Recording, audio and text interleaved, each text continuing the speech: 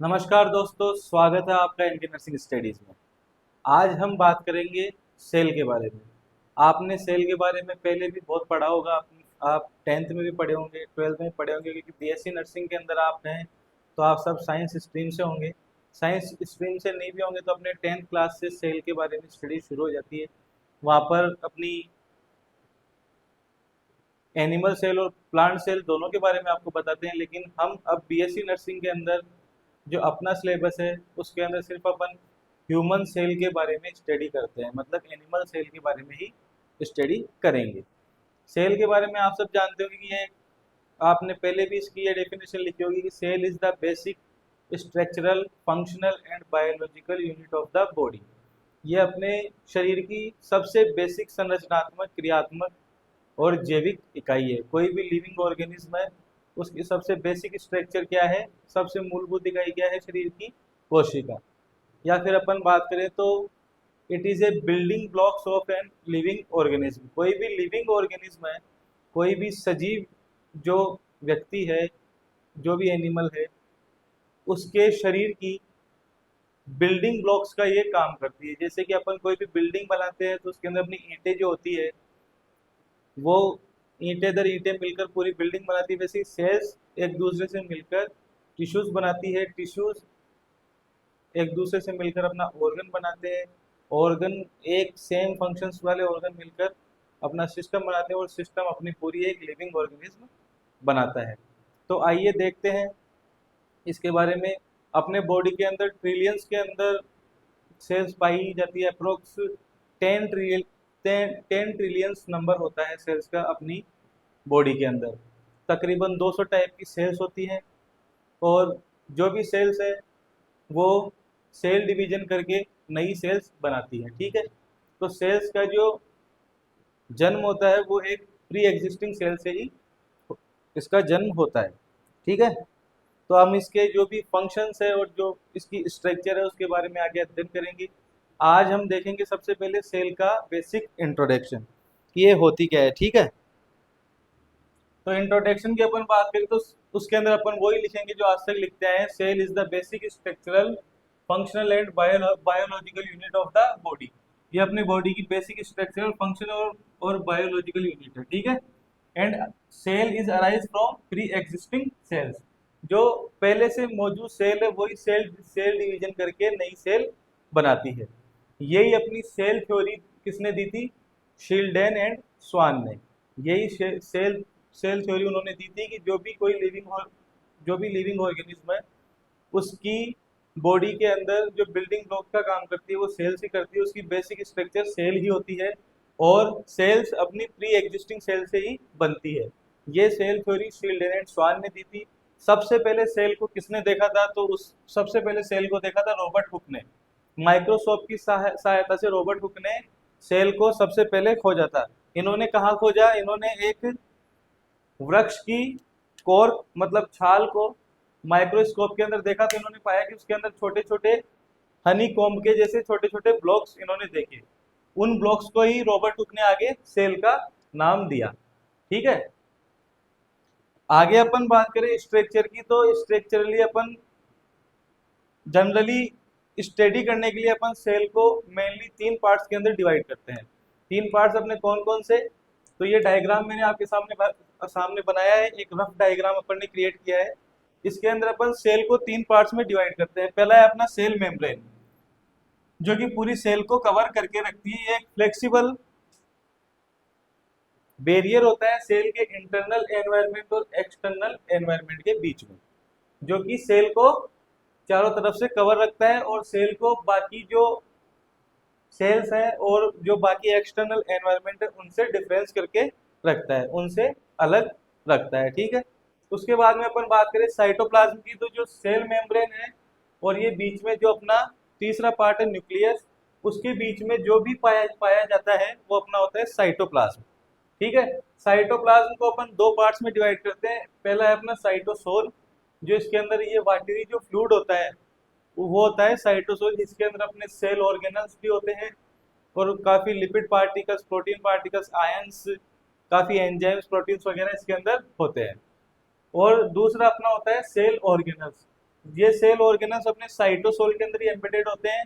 इनका एक specific function होता है और एक स्पेसिफिक स्ट्रक्चर होता है, सबका अलग अलग। ठीक है। सेल सेल ऑर्गेनल्स की बात करें तो अपना जैसे एंडोप्लाज्मिक रेटिकुलम हो गया, पेरोक्सिसोम हो गया, लाइसोसोम हो गया, माइटोकॉन्ड्रिया हो गया, अपना गोल्जी गोल्जी एपरेटस हो गया, माइक्रोफिलामेंट्स हो गए। ये आप सेल के ऊपर देख रहे होंगे माइक्रोविलाइज। ये क्या करती है, ये सेल का सरफेस टेंशन बढ़ाती है, जो सेल की सरफेस एरिया है उसको बढ़ाती है। ठीक है। तीसरे ऑर्गेनल की बात करें तो अपना तीसरा ऑर्गेनल होता है न्यूक्लियस। ठीक है। तो ये न्यूक्लियस अपनी सेल का सबसे मोस्ट और सबसे लार्जेस्ट ऑर्गन होता है। अपने सेल ऑर्गेनल्स का सबसे लार्जेस्ट ऑर्गेनल कौन सा होता है, अपना न्यूक्लियस, जिसके अंदर अपना जेनेटिक मटेरियल पाया जाता है। तो ये अपने सेल के स्ट्रक्चर और फंक्शंस को कंट्रोल कौन करता है, न्यूक्लियस। क्योंकि ये एक तरीके से आप मान लीजिए सेल का एक हेड ऑफिस होता है, जिसके अंदर अपना जेनेटिक मटेरियल पाया जाता है। और जो जेनेटिक मटेरियल होता है वही क्या क्या होता है, वो अपने चाहे अपनी एक नया कोई ह्यूमन बीइंग बने, चाहे अपनी सेल्यूलर लेवल पे हो, चाहे अपने एक पूरे ऑर्गेनिज्मिक लेवल पर हो, तो अपने जो भी फंक्शंस होते हैं और जो भी अपनी स्ट्रक्चर्स होती है वो अपने जीन्स के द्वारा ही निर्धारित होती है। ठीक है। तो यही मैंने यहाँ पे मेंशन किया है। Part of cell, cell is divided into 3 main parts. तो हमने पहला देखा प्लाज्मा मेम्ब्रेन। इसको आप लिख लेंगे एग्जाम के टाइम पे, आपको क्लासेस देख के आपको टाइम वेस्ट ना करना पड़े। अभी आप समझ लें और जब आपके एग्जाम्स आए तो आप नोट्स को उठाएं और जो 1 घंटे का टॉपिक है उसको आप 10 मिनट के अंदर रिवाइज कर लें। तो आप नोट्स जरूर बना लें।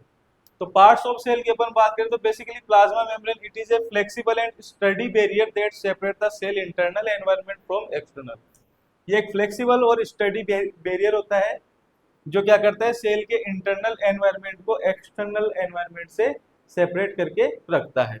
It consist cytoplasm between nucleus and cell membrane.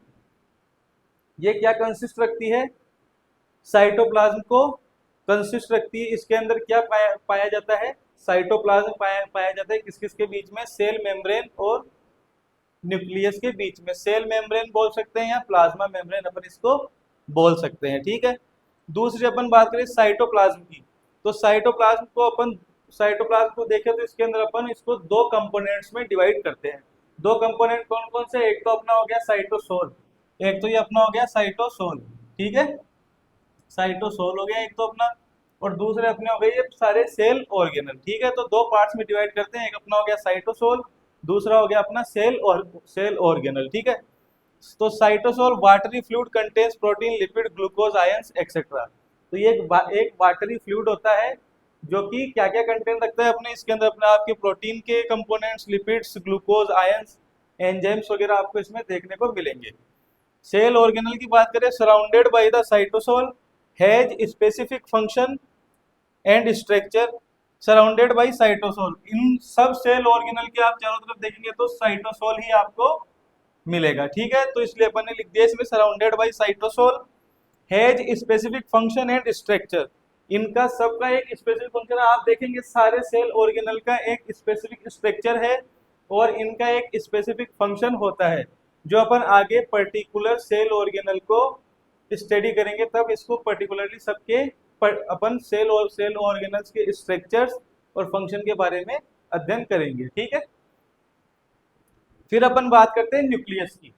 तो अपन ने न्यूक्लियस के बारे में बताया था, मेन सेल ऑर्गेनल, सबसे मेन सेल ऑर्गेनल है, या फिर आप इसको कोशिका का हेड ऑफिस भी बोल सकते हैं। ठीक है। मेन सेल ऑर्गेनल और सबसे लार्जेस्ट सेल ऑर्गेनल होता है अपने सेल का। ठीक है। Contain genetic material, main cell organelle है और जेनेटिक मटेरियल ये इसके अंदर होता है। दूसरी स्ट्रक्चर इसके अंदर अगर इसकी स्ट्रक्चर देखें तो इसमें अपने को न्यूक्लियर मेम्ब्रेन देखने को मिलेगी। फिर अपने इसके अंदर देखते हैं तो एक न्यूक्लियोलस होती है। ठीक है। और इसके न्यूक्लियर मेम्ब्रेन के ऊपर आपको पोर्स दिखाई देंगे, छोटे छोटे छिद्र दिखाई देंगे, जिनको अपन बोलते हैं न्यूक्लियर पोर्स। ये न्यूक्लियर पोर्स क्यों होते हैं, जिससे कि न्यूक्लियस बार साइटोसोल से आदान प्रदान कर सके मटेरियल्स का, इसलिए ये अपने न्यूक्लियर पोर्स इसके ऊपर प्रेजेंट होते हैं। ठीक है।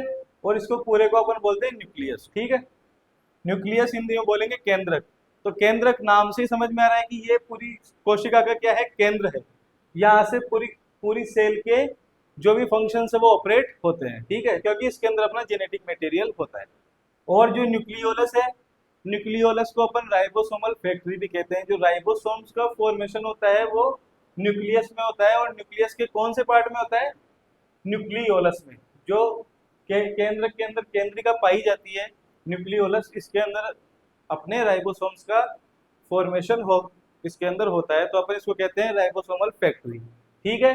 तो आज अपन ने सेल का बेसिक इंट्रोडक्शन देखा कि इसकी खोज किसने की, रॉबर्ट हुक ने की।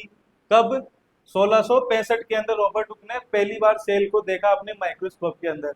सेल थ्योरी अपने दी शेल्डेन एंड स्वान ने। तो ये भी आप मेंशन कर लीजिए यहाँ पर,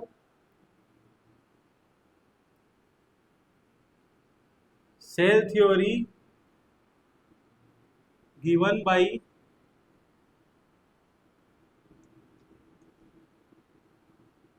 एम.जे.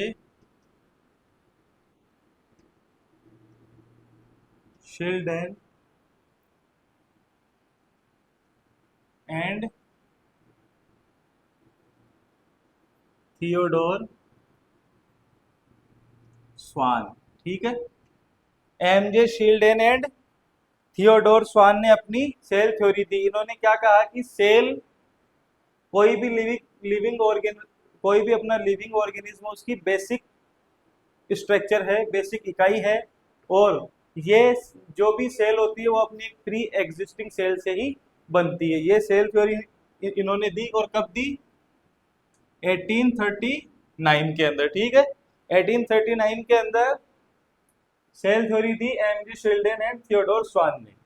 तो ये सेल का बेसिक इंट्रोडक्शन था। अब अपन बात करेंगे आगे प्लाज्मा मेम्ब्रेन और सेल मेम्ब्रेन, उसके बाद में एक एक सेल ऑर्गेनल के बारे में अपन स्टडी करेंगे, ठीक है। तो अपन ने जो सेल के स्ट्रक्चर का डिवीजन किया, तो उसके फर्स्ट पार्ट की अपन बात करेंगे।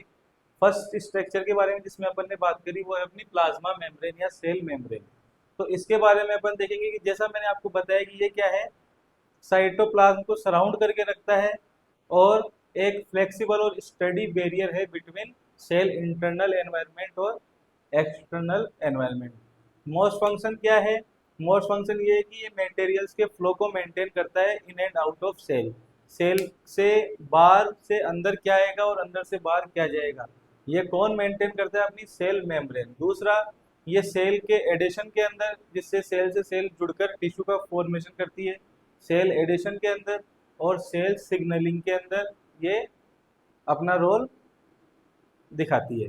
क्योंकि इसके ऊपर जो कई प्रोटीन्स पाई जाती हैं वो एंजाइम्स के रूप में और चैनल्स के रूप में काम करती है। तो वो सेल सिग्नलिंग के अंदर, और कोई भी बाहर से कोई भी जो मटेरियल आ रहा है उसको पहचानने के अंदर वो हेल्प करती है, ठीक है।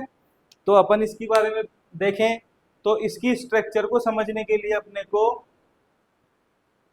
दो दो अपने साइंटिस्ट थे, एस.जे. सिंगर और जी.एल. निकोलसन। इन्होंने एक मॉडल दिया था, फ्लूइड मोज़ेक मॉडल। उसके थ्रू अपन सेल जो अपनी मेम्ब्रेन है उसकी स्ट्रक्चर को अपन स्टडी करते हैं, उसकी स्ट्रक्चर को समझते हैं। तो पहले इसके बारे में थोड़ा लिख लेते हैं।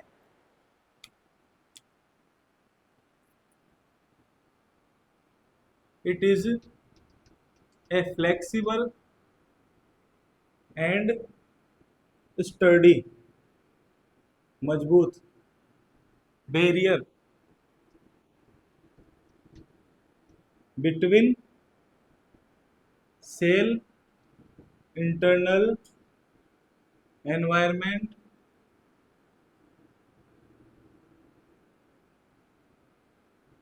एंड एक्सटर्नल एनवायरनमेंट, ठीक है।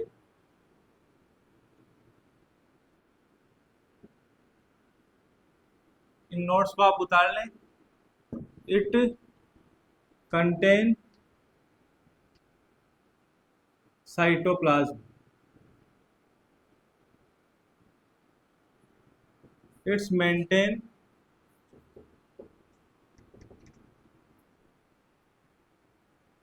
The flow of material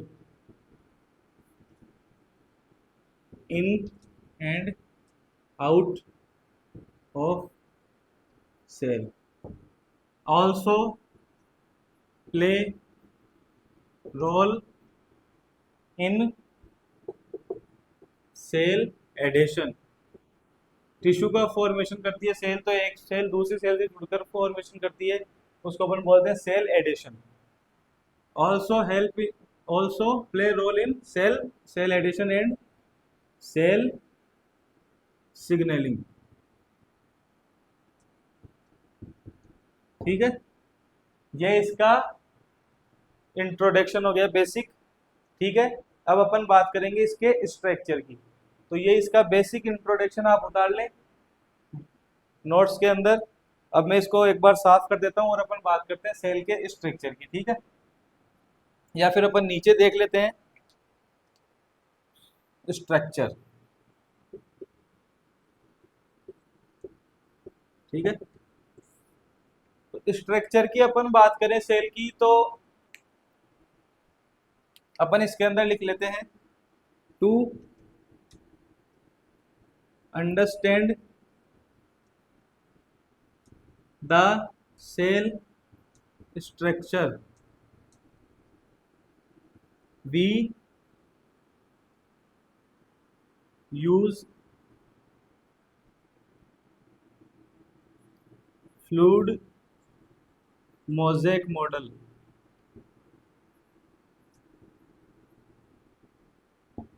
given by S.J. Singer. किसने दिया था फ्लूइड मोज़ेक मॉडल? ये फ्लूइड मोज़ेक मॉडल किसने दिया था?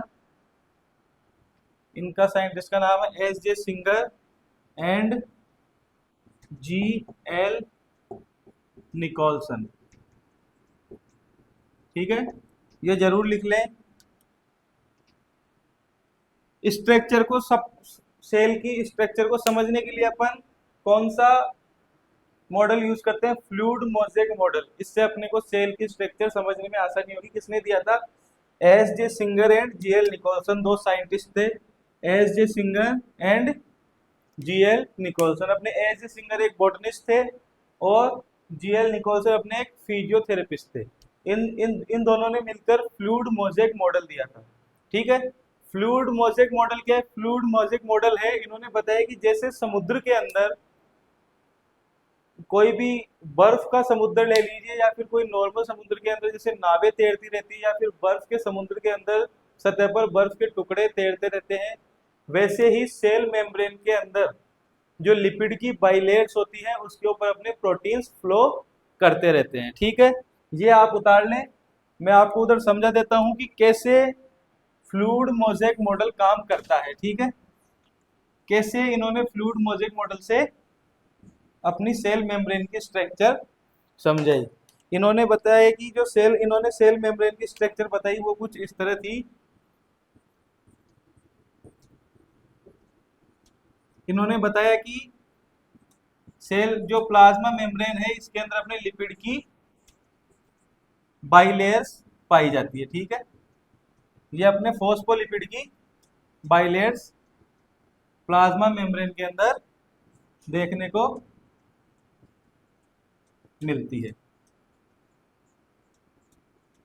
ठीक है, ये लिपिड की बाइलेयर्स होती हैं, इसके ऊपर अपने प्रोटीन्स जगह जगह पेरीफेरी के अंदर और through the membrane proteins present होते हैं। पेरीफेरी के अंदर प्रेजेंट होते हैं और थ्रू द मेम्ब्रेन होते हैं, कुछ मेम्ब्रेन्स के अंदर एम्बेडेड होते हैं। ऐसे इन्होंने इस मॉडल को समझाया कि ये जो फॉस्फोलिपिड की बाइलेयर होती है अपनी सेल मेम्ब्रेन के अंदर, तो जो फॉस्फोलिपिड का मॉलिक्यूल होता है इसके अंदर ये एम्पीपैथिक नेचर का अपना फॉस्फोलिपिड का मॉलिक्यूल होता है। एम्पीपैथिक नेचर क्या होता है कि जो अपने इसके अंदर अपन देखेंगे फॉस्फोलिपिड के अंदर, तो एक इसका होगा हेड जो होगा पोलर, इसका पोलर एंड होगा ये, और यह होगा अपना हाइड्रोफिलिक। ठीक है, ये पोलर एंड होगा और हाइड्रोफिलिक होगा। ठीक है, एक होती है इसकी टेल, दूसरा इसका एंड होता है टेल एंड। ठीक है, ये होता है अपना नॉन पोलर और हाइड्रोफोबिक। ठीक है, इसके इसी नेचर को, इसके इस फॉस्फोलिपिड के एम्पीपैथिक नेचर के कारण ही अपनी सेल मेम्ब्रेन सेलेक्टिव परमिएबल होती है। ठीक है, इसके एम्पीपैथिक नेचर के कारण ही अपनी सेल मेम्ब्रेन क्या होती है, सेलेक्टिव परमिएबल। सेलेक्टिव परमिएबल से आपने क्या समझा, सेलेक्टिव परमिएबल का मतलब है कि जो अपनी सेल मेम्ब्रेन है ये कुछ सेलेक्टेड मटेरियल्स को ही सेल के अंदर और सेल से बाहर अलाउ करती है।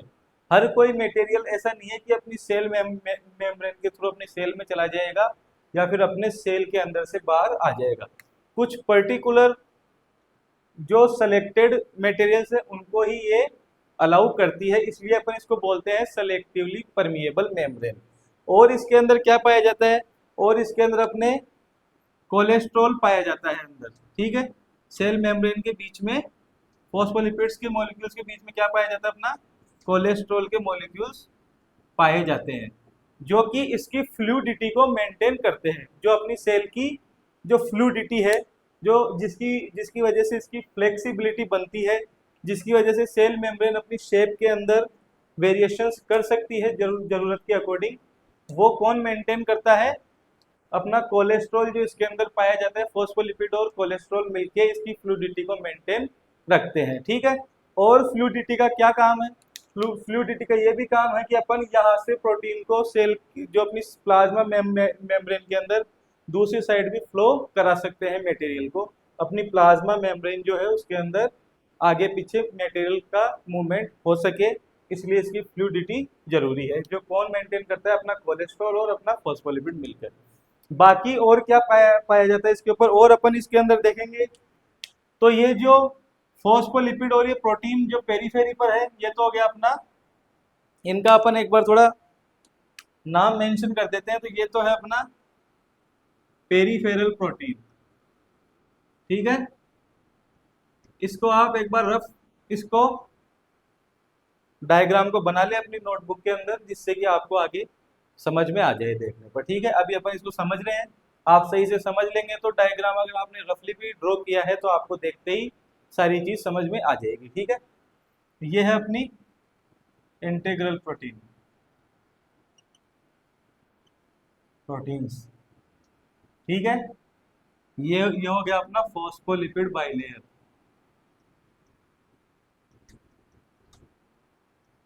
बाई लेयर,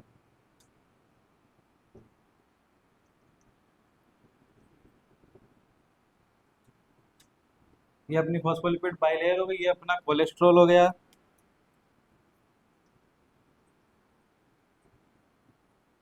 ठीक, एक और चीज इसके ऊपर पाई पाई जाती है, वो कौन सी चीज है अपनी, अपन ने देख ली इसके अंदर क्या क्या पाया जाता है अपने। इसको मैं एक बार साफ कर देता हूँ, स्पेस मिल जाए थोड़ा।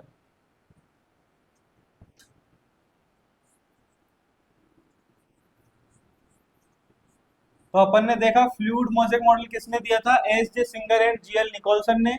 और ये फ्लूइड फ्लूइड मोज़ेक मॉडल क्या है कि जैसे एक समुद्र के अंदर नावें तैरती रहती है, वैसे ही अपने जो प्रोटीन्स हैं वो अपनी प्लाज्मा मेम्ब्रेन के लिपिड बाइलेयर के अंदर फ्लोट करते हैं। ये अपना फ्लूइड मोज़ेक मॉडल था। ठीक है,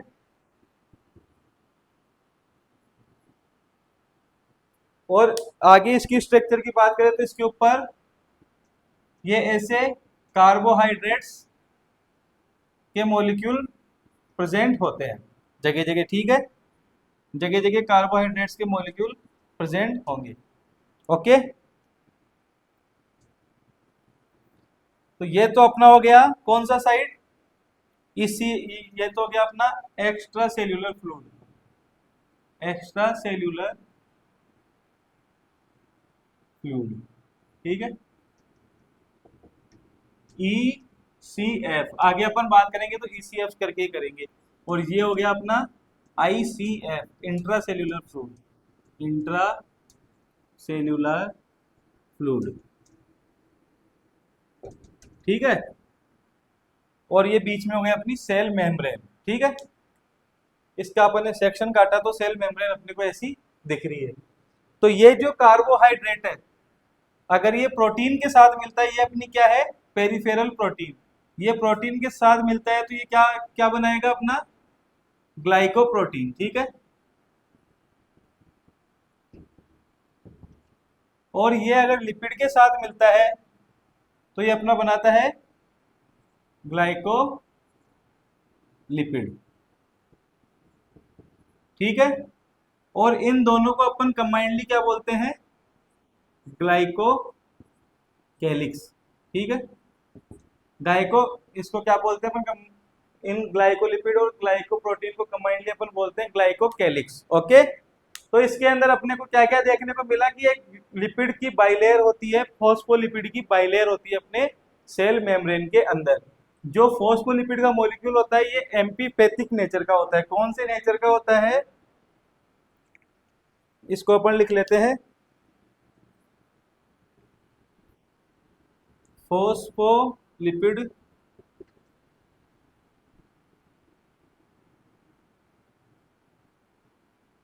are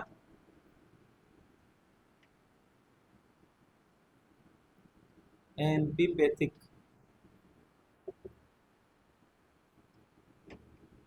in nature.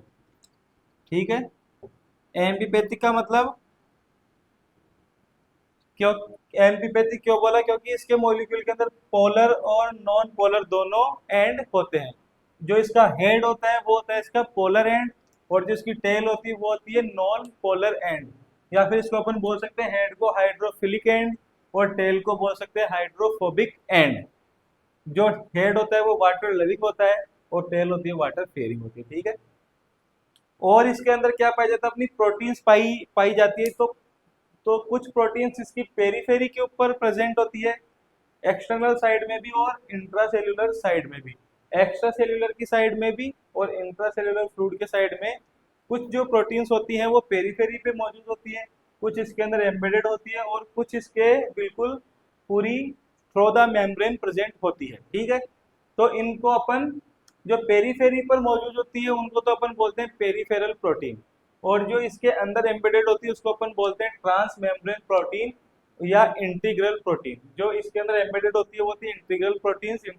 Integral proteins के अंदर अपनी कुछ होती है ट्रांस मेम्ब्रेन प्रोटीन्स जो पूरी अपनी सेल मेम्ब्रेन के थ्रू द सेल मेम्ब्रेन इसके अंदर एम्बेडेड होती है। ठीक है, बाकी इसके ऊपर अपने कार्बोहाइड्रेट्स के मॉलिक्यूल पाए जाते हैं। तो कुछ जो अपने कार्बोहाइड्रेट के मॉलिक्यूल्स हैं वो अपने प्रोटीन से जो अटैच होते हैं उनको अपन बोलते हैं, वो प्रोटीन से अटैच होकर क्या क्या बनाएंगे, ग्लाइकोप्रोटीन। ग्लाइको मतलब कार्बोहाइड्रेट और प्रोटीन अपना प्रोटीन है ही।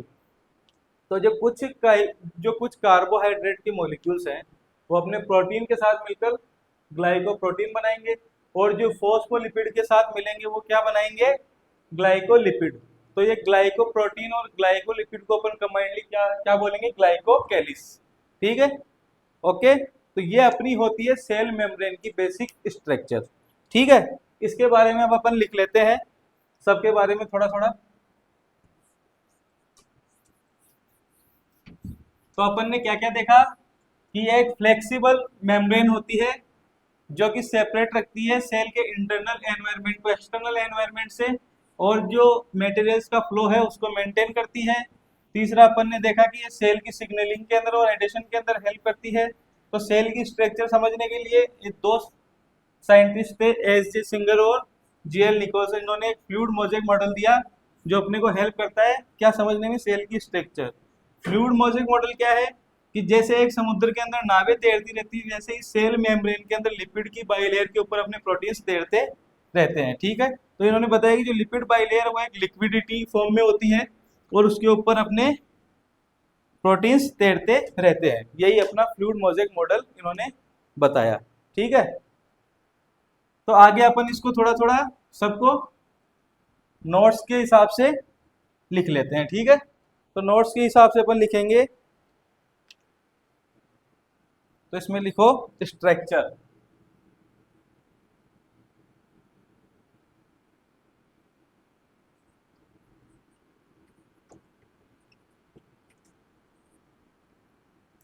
तो स्ट्रक्चर के अंदर अपन लिखेंगे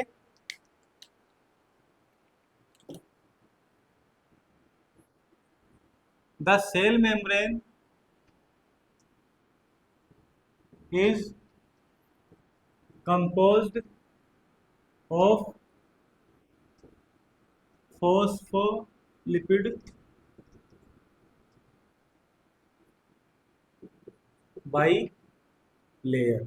तो जो अपन ने पहले स्ट्रक्चर के अंदर जो नोट अपन ने डाला था कि इसकी स्ट्रक्चर को अंडरस्टैंड करने के लिए अपन फ्लूइड मोज़ेक मॉडल का यूज करते हैं, उसके नीचे अपन को लिखना है ये point, the cell membrane is composed of phospholipid bilayer. ठीक है, उसके बाद अपन लिखेंगे क्या, वो अपन ने लिख ही लिया कि किसके थ्रू अपन समझते हैं, उसके बाद में अपन लिखेंगे the lipid molecule have two ends. ठीक है, इसके अंदर फर्स्ट इज पोलर एंड या हाइड्रोफिलिक एंड या अपन बोलेंगे हेड एंड। ठीक है, कौन कौन सा फर्स्ट क्या है, पोलर एंड, हाइड्रोफिलिक एंड या हेड एंड, ये ठीक है। On the inner on the peripheral side, on the both peripheral side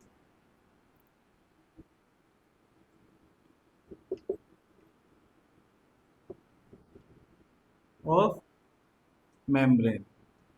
जो मेम्ब्रेन की जो बोथ पेरिफेरी है, जो आईसीएफ की तरफ और ईसीएफ की तरफ जो पेरिफेरी है, उस तरफ जो अपनी फॉस्फोलिपिड है उसका क्या होगा, हेड एंड होगा। ठीक है, second is tail end, tail end या अपन इसको बोले हाइड्रोफोबिक एंड। ठीक है, या बोले नॉन पोलर एंड। ठीक है,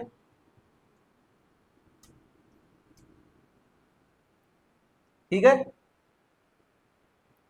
ये किधर होगा, inside the membrane.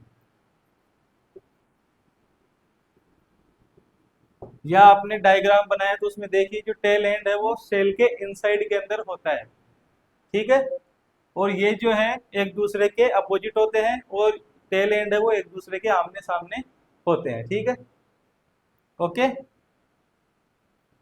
Second is tail end, या इसको अपन बोलते हैं हाइड्रोफोबिक एंड या non polar end inside the membrane. अब नीचे लिखेंगे the phospholipid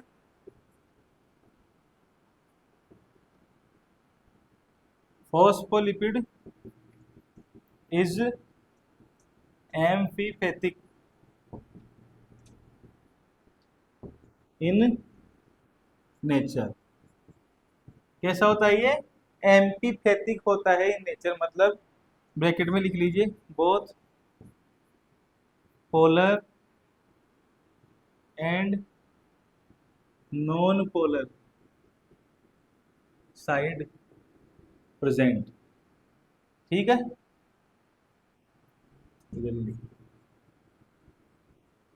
both polar and non polar side present होगी तो इसको अपन क्या बोलते हैं, एम्पीपैथिक। ठीक है, ये अपन ने देख लिया। अब आगे अपन बात करें अपनी लिपिड बाइलेयर की, तो बात हो गई, अब अपन बात करें अपने प्रोटीन की।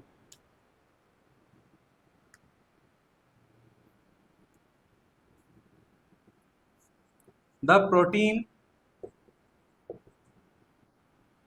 Are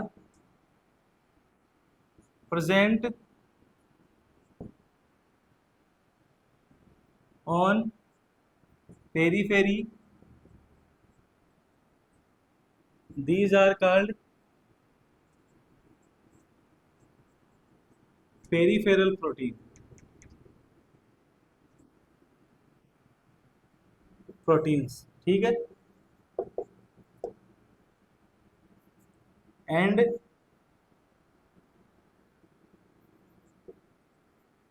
some proteins are embedded in cell membrane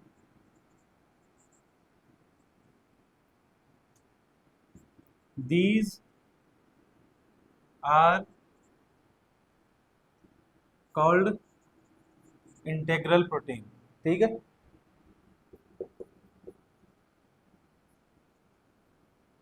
protein, कुछ प्रोटीन्स तो पेरीफेरी पे जो सेल मेम्ब्रेन के अंदर प्रोटीन्स पाई जाएंगी, तो कुछ तो अपनी पेरीफेरी के ऊपर प्रेजेंट होगी, तो इनको ऊपर कहेंगे पेरीफेरल प्रोटीन्स। और कुछ है जो एम्बेडेड होगी सेल मेम्ब्रेन के अंदर, जैसा आपने डायग्राम में देखा, उनको अपन क्या कहेंगे, इंटीग्रल प्रोटीन्स, ठीक है। In this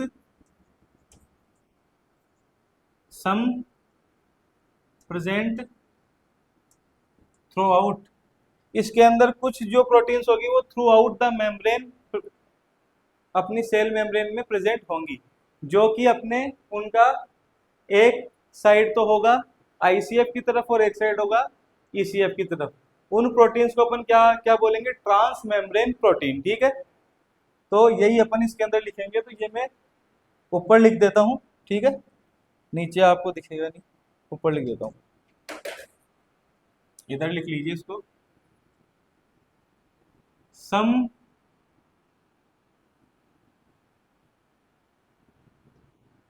integral proteins are present throughout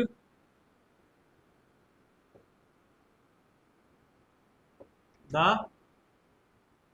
cell, these are called transmembrane, ठीक है, ट्रांस मेम्ब्रेन प्रोटीन्स, ठीक है। जो थ्रू आउट द मेम्ब्रेन जो प्रोटीन्स प्रेजेंट होगी उनको अपन कहेंगे ट्रांस मेम्ब्रेन प्रोटीन। तो ये आप अपने नोट्स के अंदर पूरा मेंशन कर लेना। स्ट्रक्चर के अंदर अपन ने बात करी, composed of phospholipid bilayer, lipid molecule have two ends, phospholipid की बाइलेट से मिलकर बनी होती है। इसके अंदर जो अपने फॉस्फोलिपिड के दो एंड होते हैं, फर्स्ट इज पोलर एंड, पहला कौन सा होता है अपना इसके अंदर, पोलर एंड हाइड्रोफिलिक होता है, हेड एंड इसको बोलते हैं। ऑन द बोथ पेरीफेरी, जो अपनी स्ट्रक्चर देखेंगे तो जो हेड एंड होगा वो अपने सेल मेम्ब्रेन की दोनों पेरीफेरी के ऊपर के साइड होगा।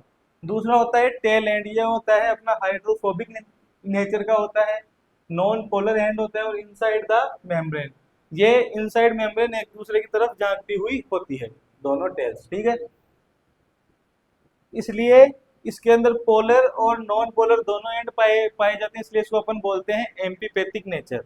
इसी नेचर को अपन क्या बोलते हैं, एम्पीपैथिक नेचर, ठीक है। ये भी अपन ने नोट्स में मेंशन कर लिया है।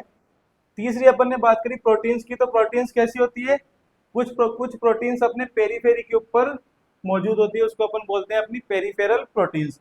और कुछ प्रोटीन्स अपनी जो होती है वो एम्बेडेड होती है मेम्ब्रेन के अंदर, जिसको अपन बोलते हैं इंटीग्रल प्रोटीन्स।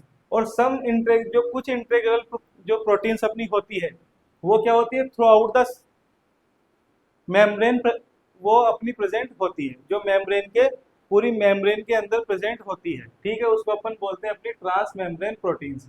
जैसे मान लीजिए कि ये अपनी मेम्ब्रेन है, एक बार बना लेते हैं छोटी सी इधर,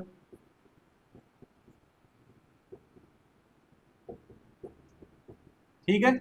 ये मान लीजिए अपनी मेम्ब्रेन, तो कुछ प्रोटीन्स इसके आर पार प्रेजेंट होंगी, ये इसके आर पार जो प्रोटीन प्रेजेंट है इसको अपन बोलते हैं ट्रांस मेम्ब्रेन प्रोटीन। जो ये आर पार जो मेम्ब्रेन के जो प्रोटीन है ये होती है ट्रांस मेम्ब्रेन प्रोटीन, और जो पेरीफेरी के ऊपर होगी उसको अपन बोलेंगे अपनी पेरीफेरल प्रोटीन, ठीक है। उसके बाद अपन बात करें अपने कार्बोहाइड्रेट की, तो एक बार इसको साफ कर देते हैं, फिर अपन कार्बोहाइड्रेट के बारे में भी स्ट्रक्चर पे लिख लेते हैं, ठीक है।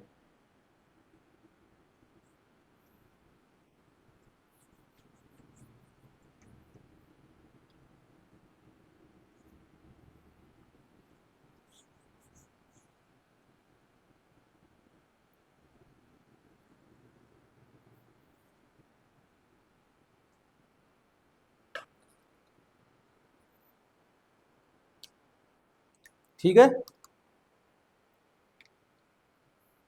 तो अपन कार्बोहाइड्रेट के बारे में अपन ने देखा था कि कुछ कार्बोहाइड्रेट अपने प्रोटीन से अटैच होते हैं, उनको अपन बोलते हैं ग्लाइकोप्रोटीन। और जो कुछ कार्बोहाइड्रेट लिपिड से अटैच होते हैं वो उनको अपन क्या बोलेंगे, ग्लाइकोलिपिड्स। ये दोनों मिलकर अपना क्या बनाते हैं, ग्लाइकोकैलिक्स, ठीक है। तो इसके अंदर अपन लिख लेंगे कि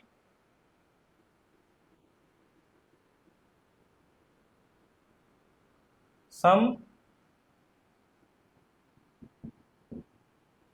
integral proteins are attach with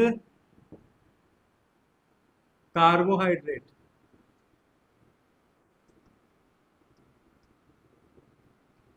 ठीक है, दीज आर कॉल्ड ग्लाइकोप्रोटीन्स। ठीक है, कुछ इंटीग्रल प्रोटीन्स है उनके ऊपर अपना कार्बोहाइड्रेट अटैच होता है, तो इसके ऊपर लिखेंगे इसके अंदर carbohydrate on the periphery. On the periphery भी लिख लेना है इसके आगे, ऑन द पेरीफेरी। ठीक है, these are called glycoprotein and some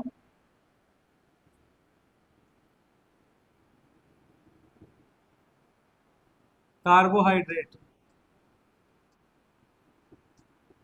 attach with lipids. These are called glycolipid।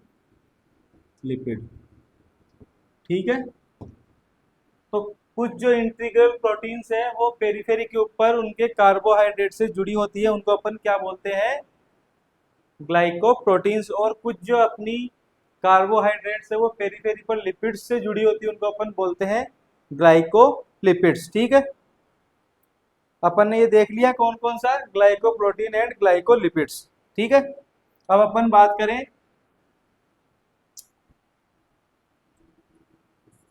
These glycoproteins and glycolipids combinedly form glycocalyx। ठीक है, ये ग्लाइकोप्रोटीन और ग्लाइकोलिपिड मिलके क्या बनाएंगे, अपना ग्लाइकोकैलिक्स। ठीक है, कौन सी साइड पे, on the extra cellular side.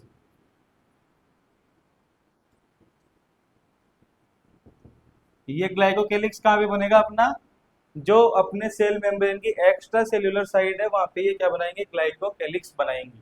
तो ये अपनी हो गई सेल की पूरी स्ट्रक्चर। इसको आप पूरी नोट डाउन कर लीजिए जिससे कि आपको एग्जाम्स के टाइम पर क्लासेस को ना देखना पड़े, अपना टाइम कम से कम वेस्ट हो और आप इन नोट्स को एक बार देख ले तो समझ में आ जाए। नेक्स्ट अपन बात करेंगे सेल मेम्ब्रेन के फंक्शंस के बारे में, कि अपनी सेल मेम्ब्रेन के क्या क्या फंक्शंस होते हैं, क्या क्या फंक्शंस ये करती है, क्या क्या रोल इसका होता है। ठीक है, अपनी बॉडी के अंदर अपनी सेल के लिए। ओके, तो अपन नेक्स्ट बात करेंगे फंक्शंस ऑफ सेल मेम्ब्रेन। तो आइए देखते हैं फंक्शंस ऑफ सेल मेम्ब्रेन, कि अपनी सेल मेम्ब्रेन के क्या क्या फंक्शन होते हैं। अपन स्ट्रक्चर पे बात कर ली, अब बात करते हैं फंक्शन ऑफ सेल मेम्ब्रेन। तो फर्स्ट फंक्शन अपन देखते हैं प्रोटेक्शन एंड बैरियर। जो सेल मेम्ब्रेन है वो प्रोटेक्ट करती है किसको, अपनी सेल को। बाहरी जो भी एक्सटर्नल एनवायरनमेंट है और एक्सटर्नल जो भी मटेरियल्स है उनसे अपनी सेल के इंटरनल एनवायरनमेंट को प्रोटेक्ट करती है, और एक बैरियर का काम करती है जो क्या करता है, उसकी इंडिविजुअलिटी को मेंटेन करता है। इंडिविजुअलिटी मतलब कि सेल का एक अपना इंटरनल एनवायरनमेंट होता है, अपना एक स्पेसिफिक फंक्शन होता है, उसको सेल मेम्ब्रेन मेंटेन करके रखती है। तो यही अपन ने लिखा है protection and barrier. It protects the cell membrane and maintain its individuality. जो सेल की इंडिविजुअलिटी है उसको मेंटेन करती है। सेकंड अपन फंक्शन की बात करते तो है शेप ऑफ द सेल।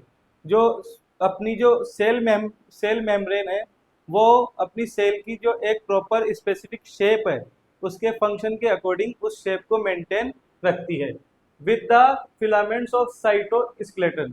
जो साइटोस्केलेटन के जो फिलामेंट्स होते हैं जो कि अपनी सेल मेम्ब्रेन के नीचे पाए जाते हैं, जो जो क्या करते हैं अपनी सेल मेम्ब्रेन के साथ मिलकर और अपनी सेल को एक स्पेसिफिक शेप प्रोवाइड करते हैं। यही अपन ने लिखा है with the filaments of the cytoskeleton it provide a specific shape to the cell. तो अपनी सेल मेम्ब्रेन है वो अपने जो साइटोस्केलेटन के फिलामेंट्स है, जो जो फिलामेंट अपनी सेल मेम्ब्रेन के नीचे पाए जाते हैं, इनके साथ मिलकर अपनी सेल को एक प्रॉपर स्पेसिफिक शेप प्रोवाइड करती है। थर्ड फंक्शन की अपन बात करें cell recognition. Cell recognition cell membrane का बहुत इंपॉर्टेंट फंक्शन है। तो इसकी अपन बात करें तो जो ग्लाइकोप्रोटीन और ग्लाइकोलिपिड्स जो अपनी पेरीफेरी के ऊपर मौजूद होते हैं, ये एक रिसेप्टर की तरह एक्ट करते हैं जो केमिकल सिग्नल्स को जो अपनी सेल मेम्ब्रेन के ऊपर एक्सेप्ट करते हैं, वो कौन अपने ग्लाइकोप्रोटीन्स एंड ग्लाइकोलिपिड्स। ये एज ए रिसेप्टर काम करते हैं केमिकल सिग्नल्स, मतलब कोई भी हार्मोन आता है तो उसको ये वो अपने ग्लाइकोप्रोटीन और ग्लाइकोलिपिड से आके अटैच होता है, इन इन इन रिसेप्टर्स के ऊपर आके वर्क करता है और ये अंदर सेल को उस सिग्नल को का ट्रांसडक्शन करते हैं। ट्रांसडक्शन मतलब कि कोई भी अपने सिग्नल सेल मेम्ब्रेन पे आया, कोई भी केमिकल सिग्नल मतलब कोई भी हार्मोन आया और उसने ग्लाइकोप्रोटीन और ग्लाइकोलिपिड जो अपने रिसेप्टर्स है उनके ऊपर आया, तो यहाँ से अपनी सेल मेम्ब्रेन अपने साइटोप्लाज्म के अंदर सिग्नल्स को भेजेगी, जो अपना सेल मेम्ब्रेन के अंदर प्रोटीन्स उनको रिलीज करेगी और वो प्रोटीन जाके अपने न्यूक्लियस के अंदर या किसी भी पर्टिकुलर स्पेसिफिक सेल ऑर्गेनल के पास जाकर उसको उस इम्यून रेस्पॉन्स को या कोई भी रेस्पॉन्स होगा उसको ट्रिगर करवाएंगे। तो ये काम किसका है? अपनी सेल मेम्ब्रेन का। जो सेल मेम्ब्रेन के ऊपर मौजूद ग्लाइकोप्रोटीन और ग्लाइकोलिपिड्स है उनका काम है एक रिसेप्टर की तरह काम करना और जो भी केमिकल सिग्नल आ रहे हैं उनको समझना और सेल के अंदर उनको भेजना और ट्रिगर करवाना, कोई भी स्पेसिफिक फंक्शन जिस काम के लिए वो आया है उस काम को ट्रिगर करवाना। जैसे कि अपना कोई इम्यून रेस्पॉन्स हो गया या फिर कोई सब्सटेंस है उसको सेल को रिजेक्ट करना है, वो सेल मेम्ब्रेन के बाहरी एनवायरनमेंट में आया है और उसको सेल को रिजेक्ट करना है, तो वो रिजेक्शन ऑफ सब्सटेंस भी अपने ये रिसेप्टर उस सिग्नल को एक्सेप्ट करके उसका रिजेक्शन करवाएंगे। ठीक है, ये अपने सेल मेम्ब्रेन का काम है। नेक्स्ट अपनी फोर्थ फंक्शन देखे तो है सेल जंक्शन। सेल जंक्शन से मतलब क्या है कि जो सेल मेम्ब्रेन है वो एक जंक्शन प्रोवाइड कराती है अपनी सेम टाइप की सेल्स को जुड़ने के लिए, जिससे कि वो एक टिश्यू का फॉर्मेशन कर सके। क्योंकि एक टिश्यू का फॉर्मेशन कौन करता है?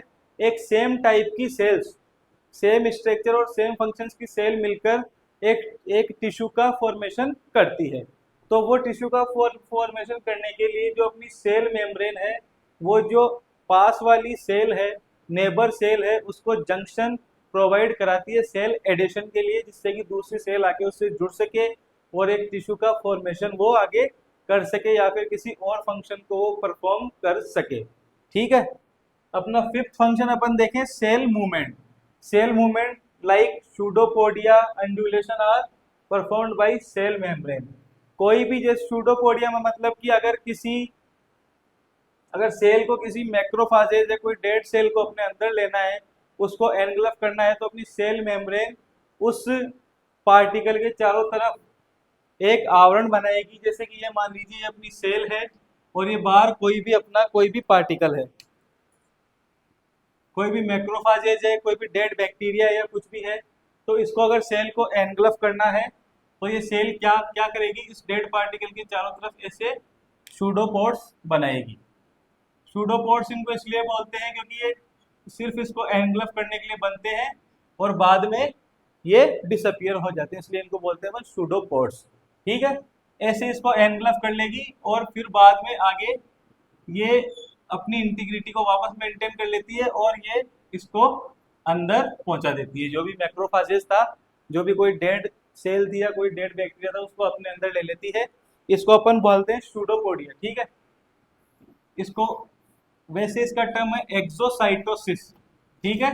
एक्सोसाइटोसिस है इसका मेन टर्म, ठीक है।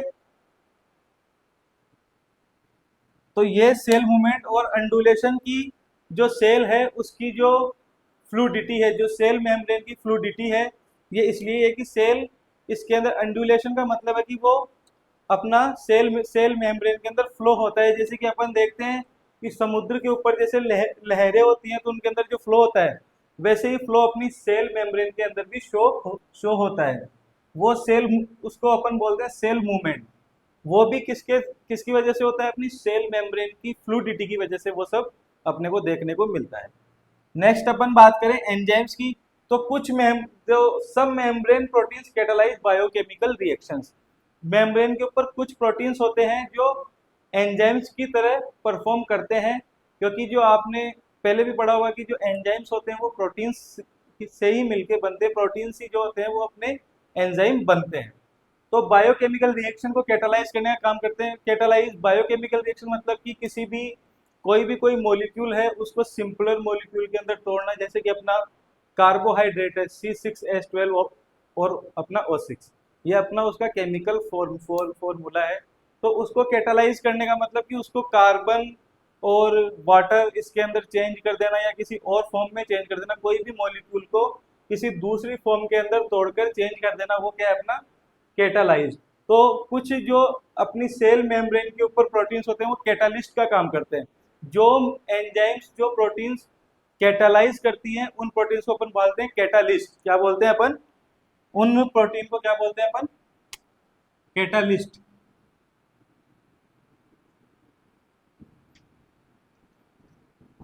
जो कैटालाइज करने का काम करते हैं प्रोटीन्स, जो एंजाइम्स, उनको अपन बोलते हैं कैटालिस्ट।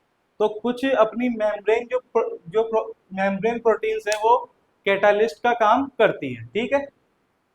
सेलेक्टिव परमिएबिलिटी, अपना 7th फंक्शन है selective permeability. It is allow selected substance to entry. ये सेलेक्टिव परमिएबिलिटी आपने पहले भी सुना है, मैंने भी बताया था पहले भी कि सेल्स कुछ सेलेक्टिव मटेरियल को ही सेल के अंदर अलाउ करती है। ये उस सेल मेम्ब्रेन की अपनी एक स्पेसिफिक प्रॉपर्टी होती है कि वो कुछ स्पेसिफिक मटेरियल्स को ही, जो सेलेक्टेड मटेरियल्स हैं, उनको ही, उनकी ही एंट्री को अलाउ करती है। इसलिए इसको अपन बोलते हैं सेलेक्टिव परमिएबल मेम्ब्रेन, ठीक है, क्योंकि ये कुछ सेलेक्टिव मटेरियल्स को ही अंदर सेल के अलाउ करती है। नेक्स्ट अपन 9th फंक्शन की बात करें तो माइक्रोविलाइज इसके ऊपर पाई जाती है। जो सेल मेम्ब्रेन होती है, ये मान लीजिए कि अपनी सेल है, सेल मेम्ब्रेन है, ये अपनी सेल है, इसके ऊपर कुछ ऐसे माइक्रोविलाइज पाई जाती है। इनका क्या काम होता है? ये माइक्रोविलाइज अपने सेल का, जो सेल मेम्ब्रेन है उसका सरफेस एरिया बढ़ाती है, उसके सरफेस एरिया को इंक्रीज करती है। क्या काम है माइक्रोविलाइज का? These are membrane evagination. Membrane के ऊपर ये ऐसे एविजिनेशन उभार होते हैं फॉर इंक्रीज सरफेस एरिया, जो अपने सेल का सरफेस एरिया बढ़ाती है। तो ये भी कौन काम करता है? अपनी सेल मेम्ब्रेन ही परफॉर्म करती है। 10th अपन काम की बात करें तो 10th अपना फंक्शन है इम्पल्स ट्रांसमिशन। तो कोई भी इम्पल्स का ट्रांसमिशन अपनी सेल के अंदर अपनी सेल मेम्ब्रेन के थ्रू ही होता है। चाहे अपन अपनी नर्व सेल की बात करें तो उसके अंदर भी इम्पल्स का ट्रांसमिशन उसकी सेल मेम्ब्रेन के थ्रू ही आगे होता है। तो अपन ने बात करी सेल के फंक्शंस की, ये अपन ने जो सेल के इंपॉर्टेंट फंक्शंस की अपन ने बात करी। इसके ऊपर अब अपन आगे इसके अंदर जो सेल का जो सेलेक्टिव परमिएबिलिटी है, कैसे इसके अंदर सेल के अंदर अपन ट्रांसपोर्ट करते हैं प्लाज्मा मेम्ब्रेन के थ्रू, कैसे कैसे ट्रांसपोर्ट होता है मटेरियल्स का, वो भी अपन आगे पढ़ेंगे। तो अपन ने बात कर ली है सेल की इंट्रोडक्शन की, उसके स्ट्रक्चर की, और उसके अपन ने बात कर ली फंक्शन की। अब अपन आगे बात करेंगे इस transport by the plasma membrane की। अपनी प्लाज्मा मेम्ब्रेन के थ्रू जो भी अपने मटेरियल्स हैं, जो भी आयंस हैं, जो भी वाटर है, या जो भी अपने ग्लूकोज है, या कोई भी लिपिड्स है, प्रोटीन्स है, उनका ट्रांसपोर्ट सेल कैसे करती है, ठीक है। जो भी अपने विटामिन वगैरह है, उनका सेल मेम्ब्रेन किन किन प्रोसेसेस के थ्रू ट्रांसपोर्टेशन करती है और वो किस किस तरह से होता है वो अब अपन आगे